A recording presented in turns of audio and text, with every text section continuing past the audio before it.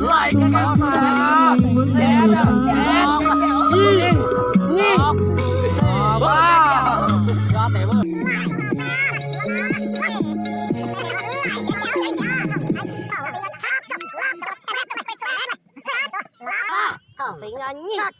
Xe là tẹt xe đồ chân là tẹt cái xe ui dàn nước đấy à. Tao ơi, đây là gì à? Lo tè nó như thế đấy được. Ấy gì này? Tụi nó tẹt ơi. Nó gì à? Chạy rồi. Vậy đi à. Có tôi ở nhà là con chứ. Chỉ chưa còn tung phát cao rồi. Còn cái sai.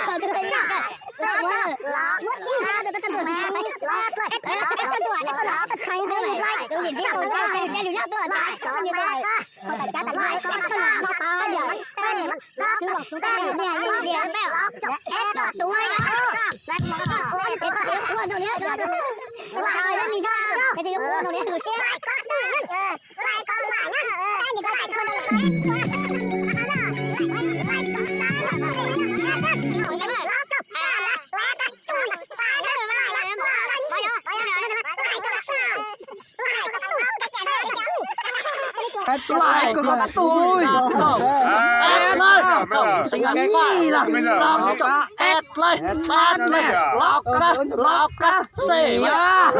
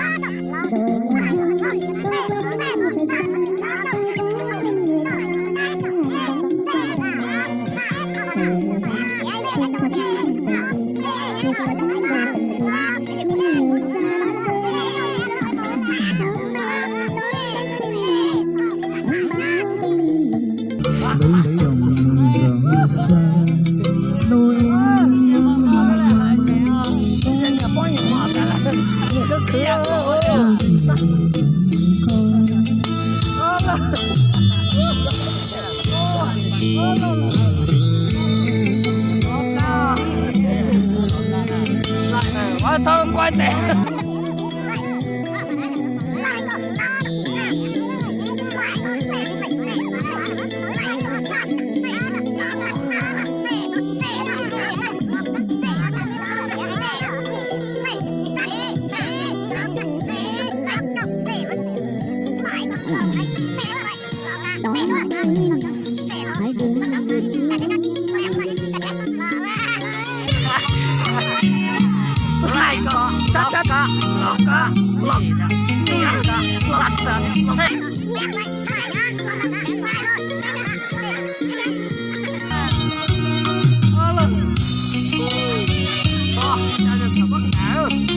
Tôi